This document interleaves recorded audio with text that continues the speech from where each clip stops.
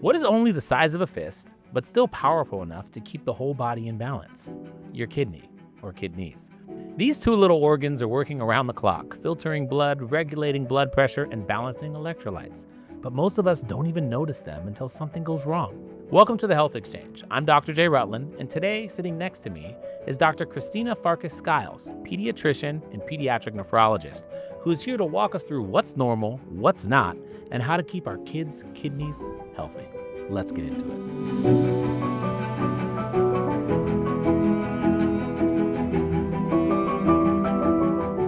Dr. Farkas-Skiles, how are you? Good. I'm excited to be here. Excited to meet you. Now, doing a little bit of reading about you, you went to Vanderbilt for medical school. Are you from that area? No, I'm from this area. I was from San Diego and I went to UC San Diego and I just got lucky enough to be picked to go to Vandy. You know, you just go wherever you can. That's it. It's a mouse click. Yeah, and I loved it there. I was really, really glad I went there and met some great people. So you went there, then you came back to do training at UCLA? That's right. Yep. And you did pediatrics? Yep, matched in pediatrics and then stuck there for pediatric nephrology. I've got a great transplant program there, so I wanted to stay. And I had met my husband between residency and fellowship, so that was a good excuse to stay too. Husband's a physician too? No, he is has a PhD in philosophy. Oh, wow. So he's the other kind of doctor. And but he actually doesn't do that anymore. Now he's in business. Oh, wow. Yeah. So how long is pediatric nephrology? Is it 2 years? 3. Is it 3? Yeah.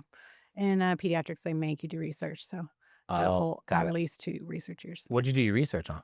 I did qualitative research. I interviewed patients, parents, and clinicians about the pre-transplant process and really getting over like what are the barriers to getting on the transplant wait list, because I saw, just observing, like there's certain people that never get listed even in pediatrics, and I thought, you know, like let's try to define what those are. So I did interview 20 clinicians around the country, 20 families that were more local, and did some more rigorous analysis with a psychologist on those interviews and published that. And then I also did a quality improvement project, the AAP, kind of standardizing IV fluids. So now in pediatrics, we have more standard IV fluids than when I first started my training. So when you say there were certain people that didn't get listed on the transplant list, what do you mean by that? Like families that have a lot of chaos, you know, single parent families. Seem like certain diagnoses, like kids with cognitive delays, seem to have to meet a higher bar than other families. So in the end, decided it seemed like you kind of just had to show that you could really take good care of the kidney, but some people like needed to prove it by being good at dialysis first, and other people, if they had a family member who could give them a transplant, then that was kind of an automatic, like you guys already have your family stuff together and know how to deal with stress, so you can go forward. So you felt like the transplant selection was purely subjective? No, definitely not. Okay. Definitely not. Some people need more help than others. And Yeah. so I think doing this project helps kind of show that if you see that a family is not meeting like what you need to show to be able to take care of a transplant, our team needs to give them those extra things. Most of the time it's like counseling or, you know, some financial resources or, you know, more structured visits, things like that. So we're kind of getting into transplant and kidney transplants, and we're going to go deeper in that for sure.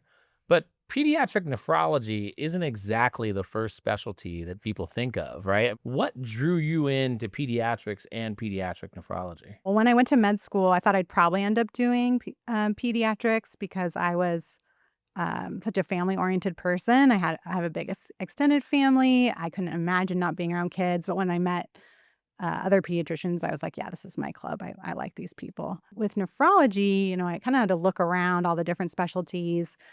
I'm more of like a sit back and figure out a puzzle type of person instead of like being in the delivery room and saving the baby right away. That's very stressful, you know, and I'm so grateful we have those colleagues who are there in critical care and, you know, fixing things right away. But I like kind of the slower, let's figure out the puzzle. And we need pediatric nephrologists. There aren't a whole lot of us. So I knew that I would have a rewarding and long career if I chose pediatric nephrology. The audience doesn't know this, but my first rotation or my first scheduled service when I was a resident was actually internal medicine, but a nephrologist was the hospitalist, so to speak, who was managing it, right? He was a teaching nephrologist, taught internal medicine and nephrology. And it was Dr. Joel Gordon at University of Iowa, probably one of the best teachers I've ever had in my life. And he was the one that would organize how I would grow to think about patients. And he was very, very good at, teaching us what the kidney did, right? Teaching us about nephrotic and nephritic syndromes, teaching us about certain autoimmune diseases. And then another nephrologist who's actually the residency program director now at University of Iowa for internal medicine was Dr. Manish Suneja, who was a nephrologist, internal medicine doc, and a rheumatologist. So he did a lot of autoimmune kidney disease, which is where my interest probably from autoimmune disease probably started. But the kidney doctors to me were the smartest, most organized, deeply thought of like individuals at the University of Iowa, at least. And so I deeply respect nephrologists, and I deeply respect nephrology in general. I obviously as an intensive care unit and a pulmonologist, right? Like I really care about how the kidney works. But I will tell you this one story. There's a nephrology fellow when I was a pulmonary critical care fellow, and he was like, hey, I need to place a dialysis catheter. I got to place my 5th one because I'm about to finish fellowship and I haven't placed it. It was like May. And he was like, I thought nephrology fellowship was 2 years. He said it's 3, maybe it was 3. I don't know. It's 2 for internal. Oh, 2 for internal. So I was like, sure, go ahead. Like that patient needs a catheter, go place it. And this guy placed it and he's like, hey, I finished placing it, but it looks like there's like a cyst or something on his neck. And I'm like, what do you mean there's a cyst on his neck? Oh, no. Yeah. So I go over to his neck and the dude had placed the dialysis catheter and put it. The artery. Yes. Oh, no. In his internal jugular, in his artery. And I was like, bro, did you use the ultrasound? He was like, yeah. Didn't you say it was the big circle? And I was like, was it beating when you placed it? Where did the blood go? And I could just see bright red blood everywhere. Oh, no. And I was like, oh my God, bro. So this nephrology fellow put it in the artery. That's bad. Dialysis catheters are supposed to go in veins, you guys. Yeah. And so I was just like, oh my God. We don't even place them in pediatrics. We leave it all up to the ICU people. Do you? Yes. Oh my goodness. We could not. Yeah, Oh, but I can imagine the horror. And the patient's like sitting there and he's like, oh, is everything fine? And I'm like, yeah, everything's fine. I had to call the vascular surgeon to like fix it. It's not fine. No, it's not, because he dilated it. Oh Anyways, my God. Is there a patient story like that has stuck with you? Yeah, I have several on the happy side. Sure, that's great. On the happy side, I had, in residency, I think what kind of got me going with nephrology was that there was night shift. You're on nights, you're a new doctor, and I was part of getting a patient ready to go to the transplant. So that was really exciting. His whole life was going to change because he had been really sick for several years. He was a preteen. He had a lot to look forward to. And while the rest of his life wasn't going to be easy, it was going to be different. And that was exciting. So it was exciting to prepare him for that. I also met babies in the NICU. There was kind of like a mystery patient who came in from an outside NICU and no one knew what was going on. He just had a big belly and a low sodium, which, nephrologists love sodium. But Yeah. And I examined him and I thought like maybe his genitals looked a little funky, but maybe not. I don't know. I'm a new doctor. So I have my general pediatrician attending come over and she says, I think this is a nephrology problem. The baby is continuously peeing. And then we do an ultrasound and his bladder is like the whole belly. So he had posterior urethral valves or a blockage between where the bladder lets the pee out. And so there was pressure on his kidneys causing his electrolytes to be deranged. And then the nephrologists come in, the urologists come in, they do their thing. A few months later, I see him in clinic and his electrolytes are great. He's growing. He's on a special formula. I just thought it was so cool that the nephrologist could figure that out. But Have you seen nephrology evolve over the course of your career? yes, there's still a lot of technologies we need to improve. But one cool thing for pediatrics is there's this new dialysis machine called the Carpe Diem. It was made in Italy. And it's for very small babies to be able to get dialysis, which is cleaning the kidneys or cleaning the blood like the kidneys do, but with a machine for babies who are in either a temporary kidney failure or permanent kidney failure from being born with something. And so that's really cool to have the Carpe Diem. And then there's a lot more genetic testing available. When I first started, it was kind of like, if you're lucky, you can do a genetic test. And now, if I want to do a genetic test, most insurance will cover it because it gives us so much valuable information about a child's future. It's, so interesting. What I find fascinating about dialysis is you got this kidney that's like this big, right? And you get two of them if you're lucky. Mm-hmm. And when these fail, we have to bring in a machine that's like almost as big as this room. Yeah.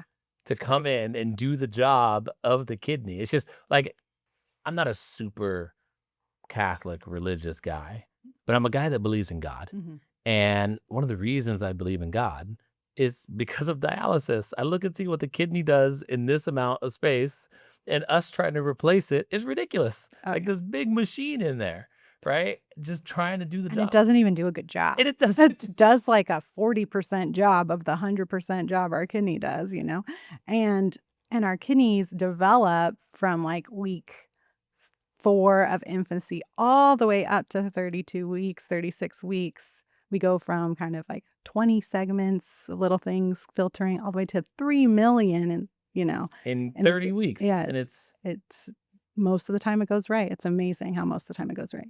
So when you're caring for patients, what's your personal philosophy? I want to be their coach. I want to help prepare kids and their families to take care of the kids for the rest of their life. So I didn't come up with this phrase. This came from Katrina Ubel, but she's a different pediatrician. But she said chronic disease is like a backpack. Like you have to carry it around. You have to adjust to what you have, whether it's kind of a temporary kidney disease, like some type of post-infectious nephritis, or if it's something more permanent that follows a kid like lupus or being born with one kidney and that kidney doesn't work so well. And so it's just a backpack. So sometimes that backpack is really heavy and they need a little bit more help carrying their backpack. And so I give them those tools. And sometimes it's not so bad and they can kind of breeze through their next stage. So we talked a lot about the kidney, but speaking of the kidney 101, how does it work? The kidney basically does 4 things. One, it cleans your blood. So it gets rid of things you don't need, which is often toxins, extra potassium, things like that. It holds on to things you need. So it's a filter. So you need your sugar in your blood. You need protein. So it's supposed to hold on to those things. You want to keep your blood cells inside. Gets rid of water we don't need, right? If you don't have a good kidney, you get really puffy. It makes hormones. So those hormones help us make red blood cells. They help regulate our blood pressure. They help make our bones healthier.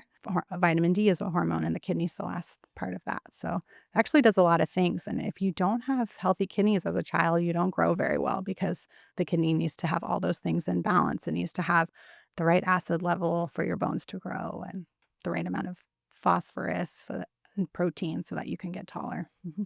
Now, when you look at adult kidneys and you look at pediatric kidneys, is there a difference at all? There's a big difference.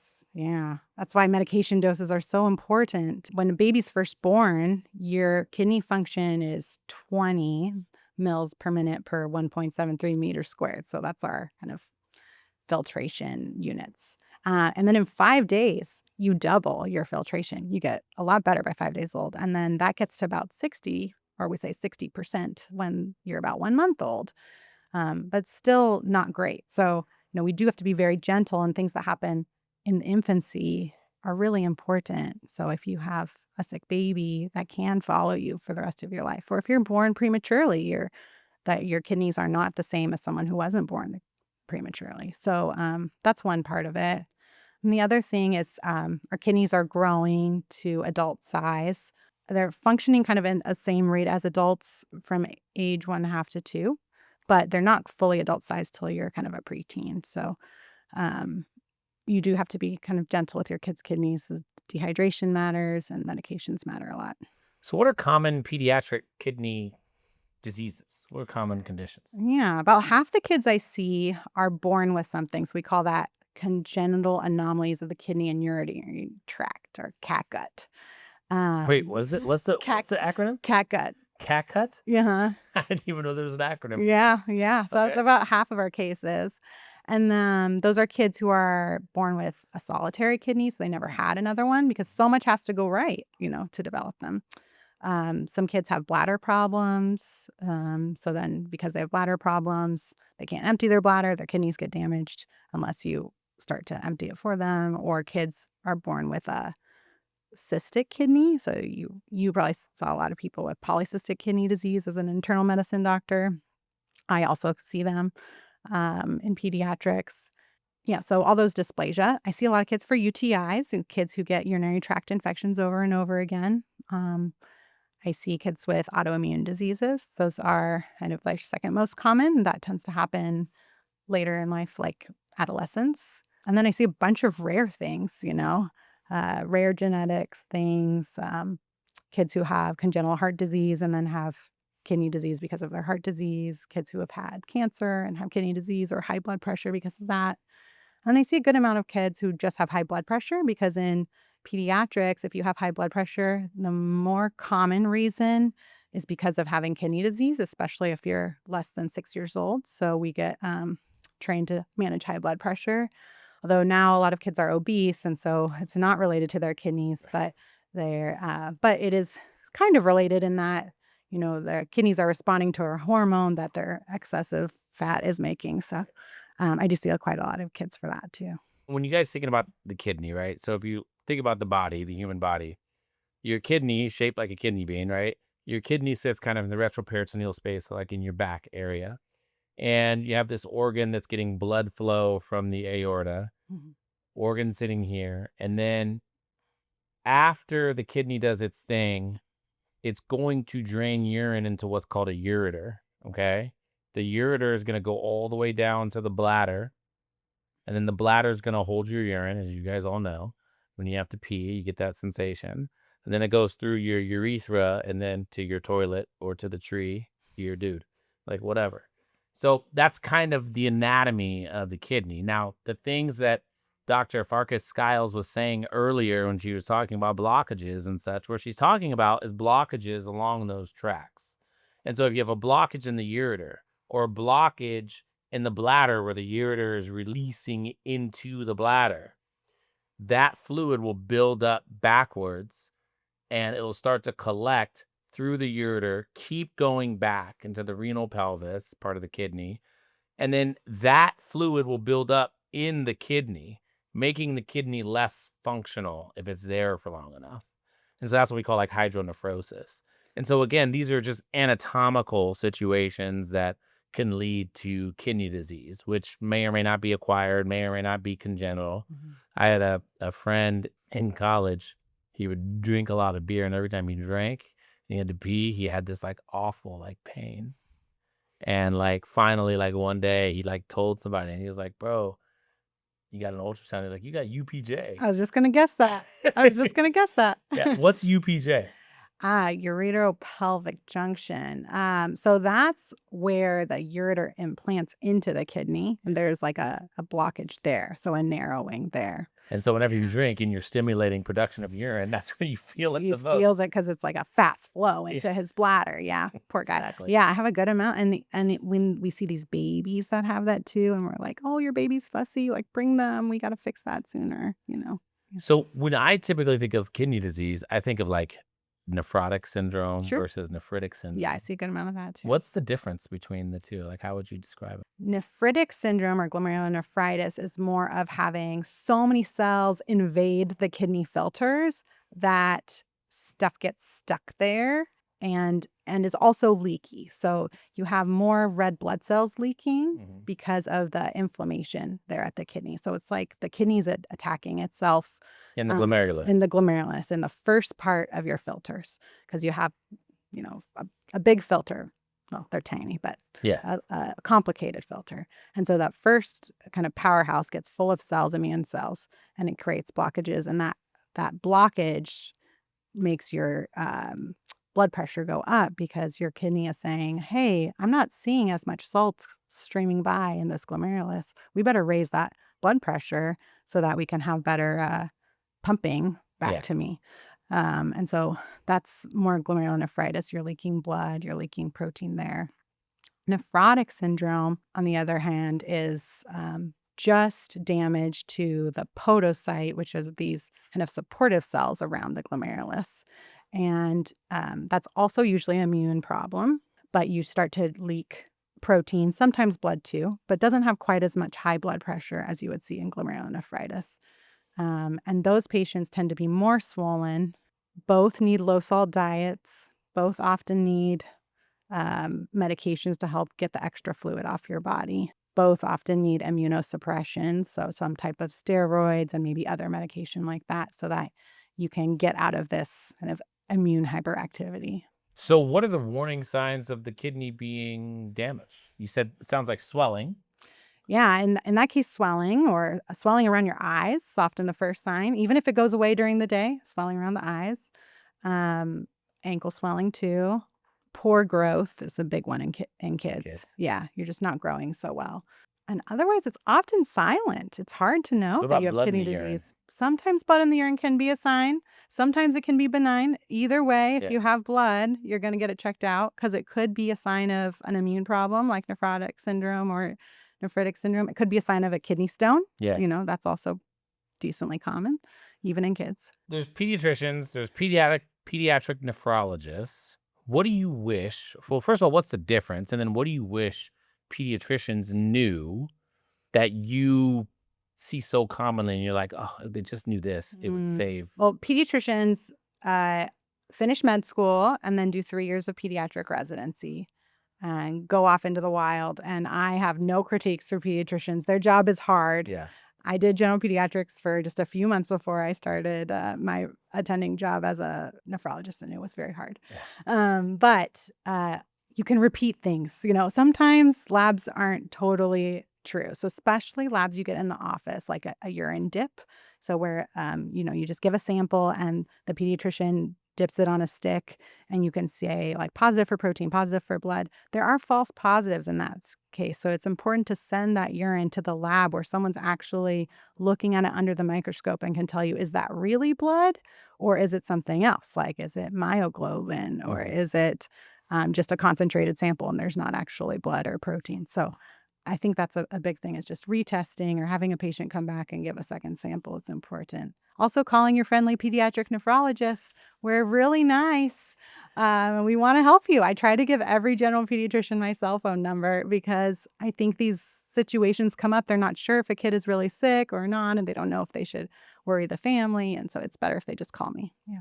What is your practice like now? So I'm in a community hospital here in Long Beach, and I see patients in clinic and I round in the hospital and consult. So I see patients in the NICU, the nursery, the general pediatrics floors, and see patients birth to 21. We've covered sort of how the kidney works with the glomerulus and the nephrons. Do you want to go into that a bit more? A lot of things are going on. Your blood, for 1/5 of your blood supply is going into your kidneys at any time, which is pretty cool. So we're always getting clean, constantly getting cleaned. But first, the blood kind of enters this space called the glomerulus, which has a double membrane, and that helps you kind of put things into the waste space and also reabsorb a whole lot of stuff. So first thing, we're reabsorbing glucose, phosphorus, protein, all your amino acids.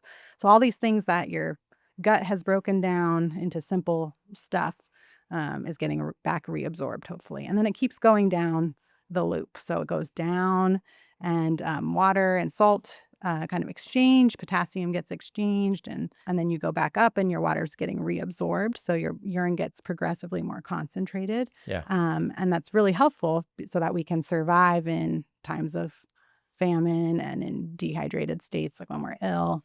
And so there's different parts of the nephron that are reabsorbing different things. So some places are for calcium and magnesium absorption. Some places are more for potassium reabsorption.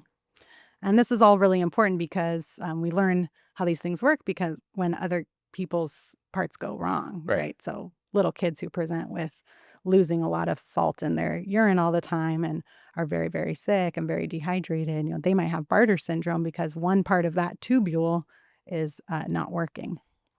Some people present with muscle cramps all the time, and then you find out, they're not reabsorbing their magnesium. Right. So it is important to know how all of that works. And nephrologists help with that. So now I want to do what's called a pulse check. We're going to switch gears a little bit. All right. We always have this rapid fire section, Okay. and I want you to tell me the first thing that comes to your mind when I ask you these questions. Okay. This is the pulse check. It's supposed to be fun. All right. It's supposed to be fun. If you weren't a pediatric nephrologist, what would you be doing? I'd be mom. My other full-time job is being mom to my 2 toddlers. I've got a 3-year-old, 1-year-old, and raising them is most interesting and rewarding thing I do too. What's the best piece of advice a mentor ever gave you in medicine? I had this urologist I worked with in medical school. It was a really old man. He's probably in his late 80s, but he would just say, love on your patients. And I think that really rings true because people can tell when you care. And so I do try to invest in people and show that I care, even if it hurts me. And I end up crying a lot with them because it heals. Love heals. Are you a crier? Yeah, big time. What's one fascinating fact about the kidneys you love sharing at parties? Even though I don't do transplant medicine anymore, I like to share that when you get a kidney transplant, it doesn't replace where your kidneys are. They actually just put it right here in your belly and hook it up to your vessels there. And some people are walking around with like 4 kidneys because they've needed multiple transplants. Which condition do parents worry about most, but it usually turns out to be less scary? Anything involving a catheter, especially the dads. So there's like a test called a VCUG, vesicoureterogram. So it's like a X-ray of the bladder. And first, the kid has to get a urinary catheter into the urethra. Mom usually knows what that is because they had a baby and an epidural, but dads don't know. So they get really scared that it's going to hurt the kid a lot. But usually babies are fine. Bigger kids, sometimes they're a little uncomfortable, but we tell them what's going on. They're more scared of the thought than Yeah, actually having any pain whatsoever. exactly. If you could wave a magic wand and solve one kidney-related challenge for kids, what would it be? Well, like you said, dialysis machines are so big. So definitely having a smaller one is on the horizon. There are wearable kidneys, but that's a big There's thing. wearable kidneys? Yeah, there's like a one that's like the size of a 30-pound belt. I mean, Like a. so you can wear 30 pounds. That's the smallest one. Yeah, as far as I know, yeah. Wow. Yeah, And what's dialysis like machine. peritoneal or what? I think so. I'm guessing. Yeah, I think so. But still, Yeah. pretty cool. That is cool. But yeah, anything smaller for kids, anything small, even a blood draw that would be smaller for kids would make a big difference. Yeah. What's the most creative or funniest question a child has ever asked you that has kidney disease and about the kidney? I really don't have an answer for this one, but most kids are afraid we're talking about their knees when we're talking about kidneys. I have never thought about that, but like it took me a second. I was like, why would they think about, kidneys? Yeah. Oh, Like my God. they're a kid, we're talking about knees, kids' knees. So they'd be like, what's wrong with my kidneys? Yeah. Oh my God. What do you wish every pediatrician or parent understood better about kidney health? Kidney health is overall health. Like you need to drink water, stay thin, stay active, and that will protect your kidneys.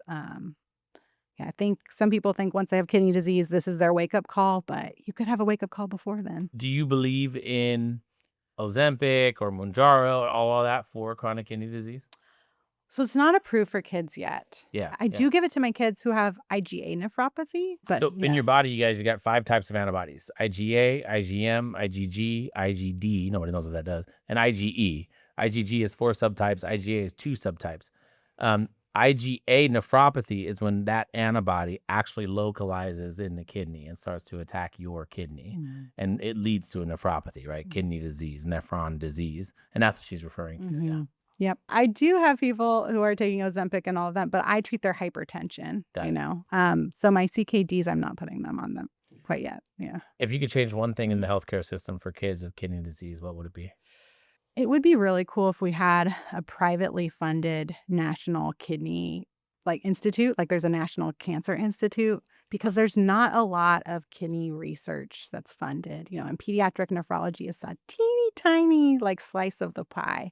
And the stuff is complex and, we basically adopt whatever the adults are doing, so if there's a drug for adults, then we start doing it off label until the FDA finally lets us do it for kids on label. And so it would be really great if we had more manpower, more money for kidney research. Would you donate a kidney?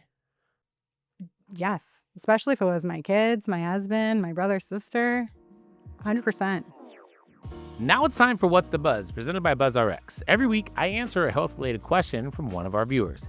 This week's question: Hey doc, if ACE inhibitors are for lowering blood pressure, how do they help with kidney disease? This is a great question. Here's how they help. Because you're lowering the blood pressure, you're also lowering the pressure within the kidney.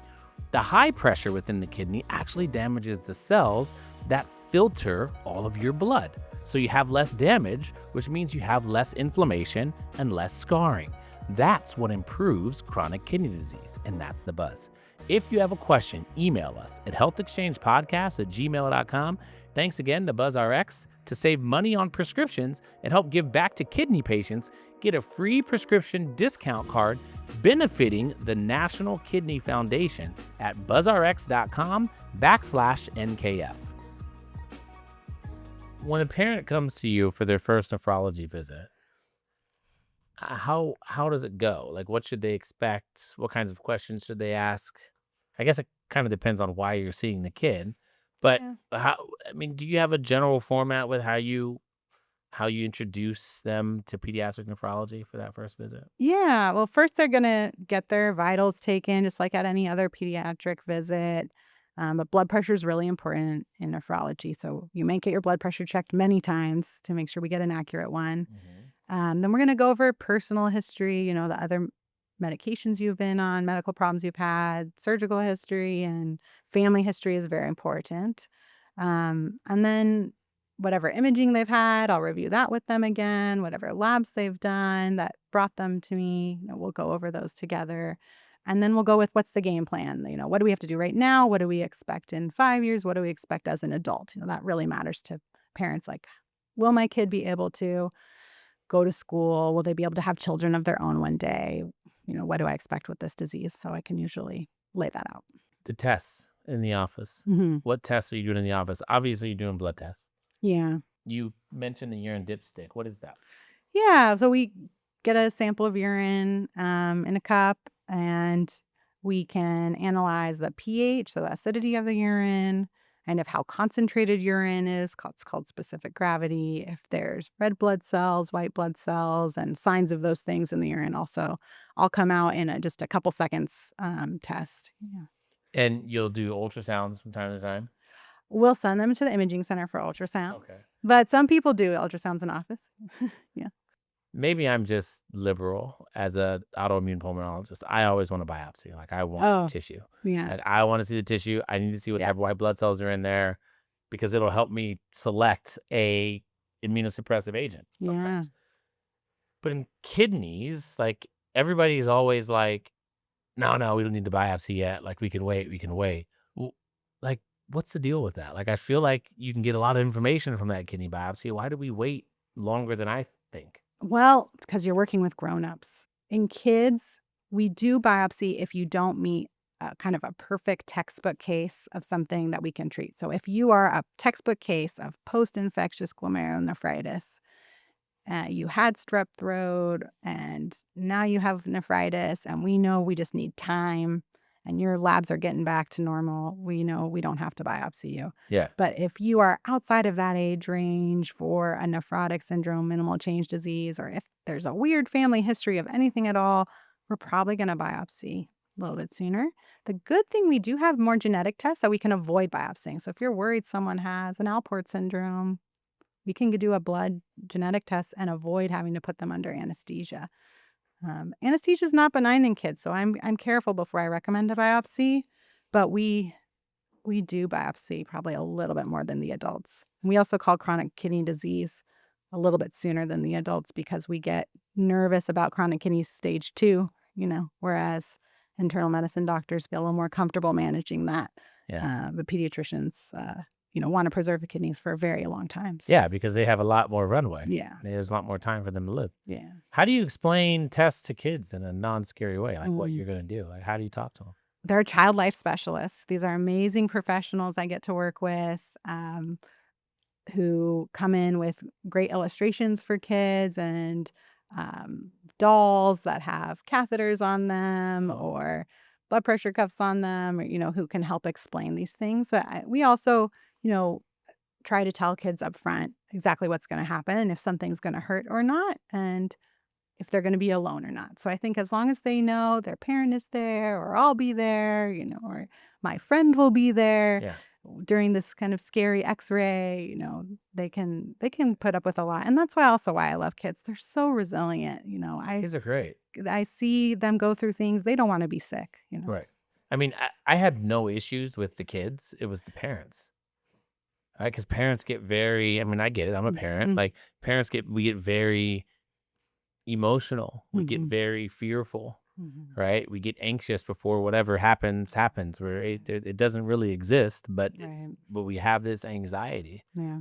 How do you deal with that? Now you're a parent, so you get it, but how do you cope with that? Because most of the time the kid's probably sitting there like, okay, like this is my normal, I get it, right? But the parent's like, oh my God. So how do you do Yeah. that?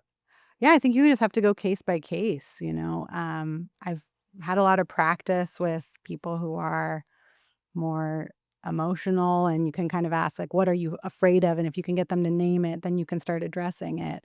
I think there's just lots of different types of adults. So you just got to treat it like, okay, this is a new challenge to have them trust me, and how can I build that trust? Because we all want the same thing. I think whenever we say, I want your child to be healthy, you want your child to be healthy.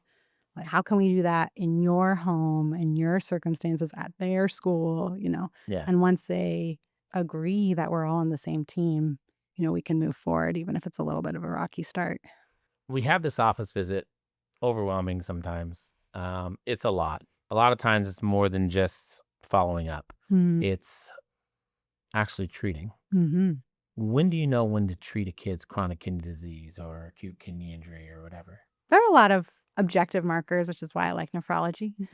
We follow vitamin levels. So, like, vitamin D is something early on in kidney disease that we're often correcting, and giving kids either liquid or a pill. And same with high blood pressure. We check that very closely because we're trying to protect the child's heart, eyes, brain, for the future, and kidneys for the future. We have all these guidelines of when to start treating. We don't sit on a whole lot of things. I think I see kids back pretty soon for their results to follow up and start them on treatment if they need it, or spend the night in the hospital if they need it, to kind of expedite their workup for whatever I'm seeing them for, be it a new nephrotic syndrome, to kind of use that 24-hour time for both evaluation and starting a treatment, making sure they're going to be able to do the treatment at home. Sometimes kids spit out their medicines and their parents are like freaking out. Yeah. How am I going to do this? But pediatric nurses know how to teach them exactly how to do it. Yeah. When you're evaluating the kidney for disease, Mm-hmm. and I know there's a lot of ways to define if it's, normally what we were taught 20 years ago when I was in med school was like, nephrotic versus nephritic, and when to think autoimmune and not, and so on and so forth. But I think the basic disease state that people don't think about or take advantage of that can easily be treated is high blood pressure, Mm-hmm. hypertension, right? And so within your body, everybody, you guys have this pressure that's generated, right? The heart is pumping blood around your body. Your blood vessels are receiving that blood. And if your arteries are narrow, obviously that pressure is going to be higher. And this higher pressure can damage a lot of different things. It can damage your heart, it can damage your aorta. You can get a tear in the aorta. It can damage your kidney, that glomerulus, because of that high pressure that's there. You start to damage those cells. You also can get an increase in a molecule called angiotensin 2, which leads to inflammation and fibrosis and leads to further chronic kidney disease. And so I think, a lot of times a disease that can be caused by high blood pressure obviously is chronic kidney disease. And so we Mm-hmm. got to make sure that blood pressure is controlled. Yeah. And in children versus adults, are blood pressure parameters and what's accepted different? Yes. In children less than 12, your blood pressure parameter is based on your height and your age and your sex. So there's a complicated little chart that pediatricians are using based on if the child is at the 5th percentile for their height or their 95th percentile of their height, but it's much lower than the adult numbers. So if your small child has adult numbers, it's worth rechecking. There's a lot of things that can make the blood pressure go up too in a child. Right. They can be anxious. can be afraid they're about to get poked or get a vaccine. They could have a cuff that doesn't fit them right. Yeah. Just like an adult can have a cuff that doesn't fit them right. So you do have to make sure you're getting a good measurement. But in a kid that has chronic kidney disease or solitary Yeah. kidney, you're Yeah. probably more liberal. You're like, listen, I'm going to control this. Absolutely. Or a kid with cysts in their kidney, or a kid who's on prednisone because of their other autoimmune disease or their leukemia. We're going to start controlling it with medications early on because we don't want to see the effects on the heart muscle or the effects on their kidney or, all the places you just spoke about. What about diet in kidney disease? What kind of diets should individuals that have chronic kidney disease or solitary kidney or something, what kind of food should they be eating? Most kids just need to be on a healthy diet generally, more home cooked food, more water, less juice. Yeah. Pediatricians hate juice, I didn't know that. All right. Oh, yeah, we hate juice. Just have the fruit instead, Yeah. But more home cooked food is better. And I say home cooked food because you're never going to put as much salt in as a restaurant will put in, or even the school lunch is going to put in, or something processed. So getting away from processed food is better for everyone, but especially people with kidney disease. In kids, we don't actually limit their protein. You might hear that in adults because we need them to grow. Yeah. Where it's very rare cases that we're limiting protein. But sometimes we'll say do more vegetarian proteins instead of, red meat. But even that's kind of a wash. We just want them to have fewer carbs. And grow. Yeah. Dialysis. We know dialysis is basically filtering the blood for the kidney since the kidney's not working. There is hemodialysis. There's continuous renal replacement therapy, CRRT. And there's peritoneal dialysis. What's the difference between those three? Yeah, so peritoneal dialysis is using your intestine as your filter, basically, the blood vessels of your intestine. So peritoneal refers to that organ, that space. So fluid goes inside, and there's an osmotic process, an exchange that happens where that high sugar fluid draws out the fluid you don't need, and you're able to put it in a waste, and that cycles through. So getting rid of toxins your body doesn't need, water your body doesn't need and can't get rid of. And that cycles through probably 8 or 10 times over the course of a night. And that's nice because kids have a catheter in their belly and they can do a lot with it. They can play some sports, they can swim.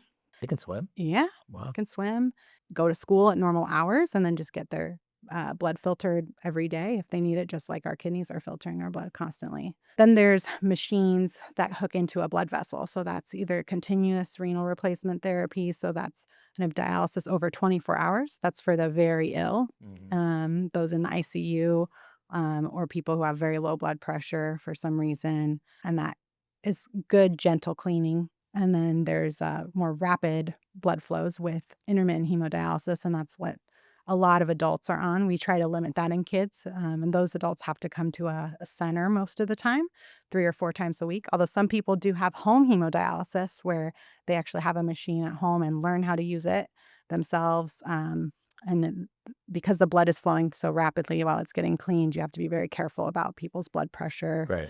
And regulate the fluid removal carefully. Now, you used to do transplant.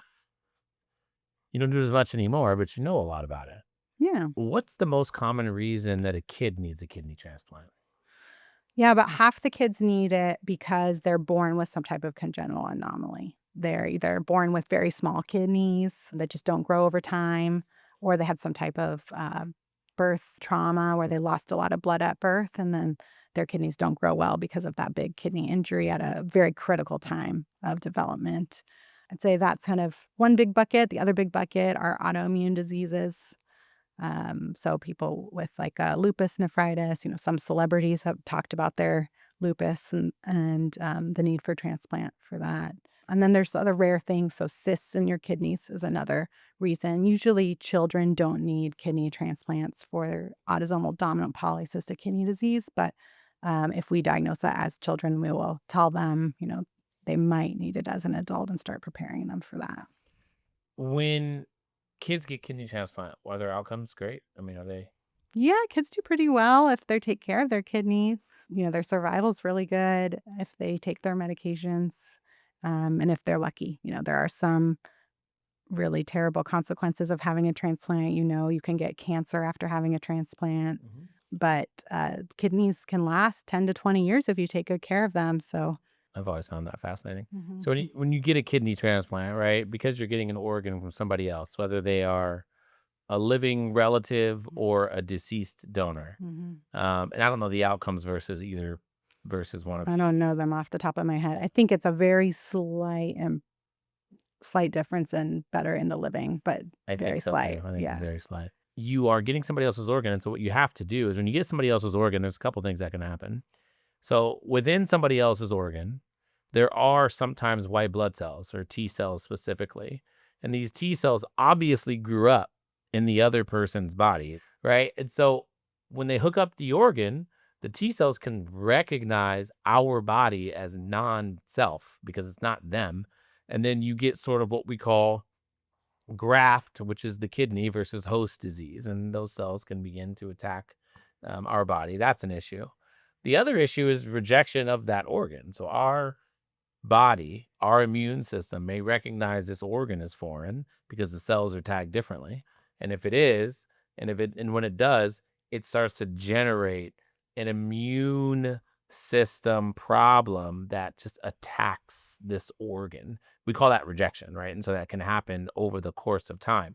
The way that we deal with it is we use medications that Dr. Farkas-Skiles manages, immunosuppressive agents to calm down the inflammatory response. But when you calm down the immune system and the immune system doesn't have the ability to attack like it needs to, sometimes the immune system overlooks things. It might overlook a bad cell, right? And if it overlooks a bad cell and that cell keeps growing, that can be a cancer. And so that's why you have that risk of cancer in individuals that get transplants because you're using the immune system to you're using medications to calm down that inflammatory response so you don't get as much of rejection. But I think over the course of time, everybody develops some form of rejection Mhm. because that's just the way the human body works in general. So when Dr. Farkas-Skiles earlier was talking about, you know, who we're selecting for transplant, it's a job. Mhm. Individuals have to really, really pay attention to their organ function. They Mhm. have to really, really pay attention to their medications that they have to take. So it really is a family decision when you're Mhm. thinking about transplant, right? Yeah. How do you deal with having that type of discussion with a family member? Say it's like my mom, a single mom, Mhm. and I needed a transplant. Like, how do you have that kind of discussion with families? Yeah, you get to know them pretty well, or maybe I don't get to know them really well, but the social worker on my team, and the dietitian, the nurse on my team also kind of get to know them. Yeah. So all of us get to know them really well so that we can support them. But we find out who their village is. Hopefully they have someone. Sometimes people don't. So then you just have to teach them and you have to have them come in to clinic a little bit more often to make sure that they are learning all their medications and sometimes kids grow up pretty fast. I've had 16, 17-year-olds who are really in charge of all their medications and even learn how their insurance works and makes their appointment. And so people can do it. Yeah. They just need the tools. Even patients who have had families that aren't literate can manage all these medications. We just have to be creative with like color coding and schedules and maybe have a nurse come to visit them every so often. We're also going to talk about tools for parents, right? Because again, I think one of the things that's fascinating, that's wonderful about pediatrician, pediatric subspecialists is being able to support parents, being able to give parents good advice. One of the things I heard you say earlier was drink lots of water and I hate juice. Is that right? Yeah, that's right. So if your kid has chronic kidney disease and they're seeing Christina or Dr. Farkas-Skiles, Mm-hmm. you want them to eliminate juice and drink water. Well, they can have juice for special occasions. Everybody has birthdays and Christmas and They holidays, right? juice on Christmas and their birthday. Yeah, do you feel bad for my kids now? I totally feel bad for your kids right now. Your kids are like waiting for Christmas time. Oh my God, Mom, we get apple juice. Yes. They got it on the plane yesterday. Oh my God, they got it on the plane. Yeah. That is hilarious. Oh It's my just God. that juice makes you fat. That's the main problem. That's okay. That's All the right. main It's problem. the So sugar. it's the sugar. So if you are a really healthy, athletic kid, I don't mind if you have juice, but I want kids to be drinking whole milk or whatever their milk alternative is for their calcium, and then plenty of water. in terms of long-term issues, kidney disease, kidney is a vital organ. It does a lot in the human body Mhm. that we do not talk about in public all the time. Mhm. We know because we train that way. Yeah. We understand its responsibility. But when you're talking to parents, are you talking to them about high blood pressure, cardiovascular disease, the metabolic syndrome, all of these things that's related to chronic kidney disease?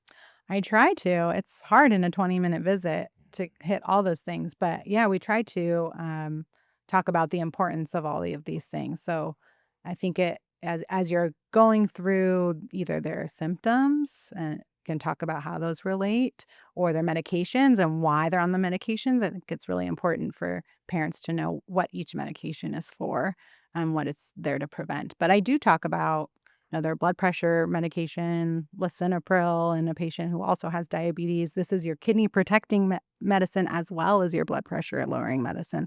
And that's because your diabetes will affect your kidneys after 10 years, especially if you don't have good glucose control. So, we try to work it in as much as possible. Advocacy resources for you. You said you wish that there was a national kidney institute, like Mhm. there was a national cancer institute. Yeah. But what advocacy resources do you use? Well, the biggest one in the U.S. is American Society of Pediatric Nephrology. So there are certain pediatric nephrologists who do go and advocate for our patients or for other nephrologists.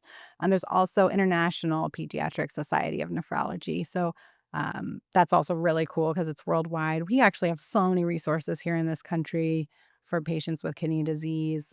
Abroad, there's a lot of financial problems and there's a lot of access, limited access to dialysis, limited access to transplants, limited access to certain medications that we can get here so much easier.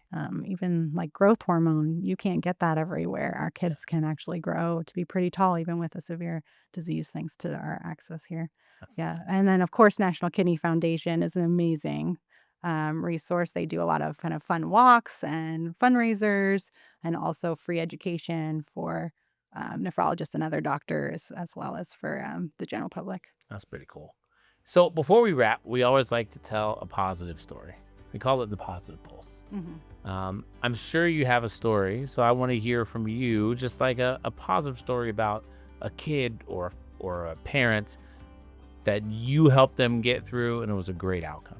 Well, I met this one baby when he was first born who had what we were talking about before, posterior urethral valves. And he was in the hospital for weeks and weeks, eventually needed dialysis pretty soon as an infant. And unfortunately couldn't go home with his mom, got taken away from his mom. But he was adopted by a healthcare worker and their family. And he ended up being on peritoneal dialysis and doing very, very well. Had some bumps along the road, got a kidney transplant when he was around 2 years old, and is a thriving toddler. And so amazing to meet someone at birth and see them get into early childhood and be able to do things like ride in wagons and talk and sing. Yes, bumps along the road, a lot of difficulties in between there, but really the parents have learned everything they needed to learn about taking care of him. They're not nephrologists, Yeah. but do better than nephrologists would do probably, and have so much love for this child. And really that's why I love to do this. I get to witness so much pure love between my patients and their parents, and I get to be a part of helping the parents take care of the kids. So I'm just really lucky to be able to do that. And your patients are lucky to have you.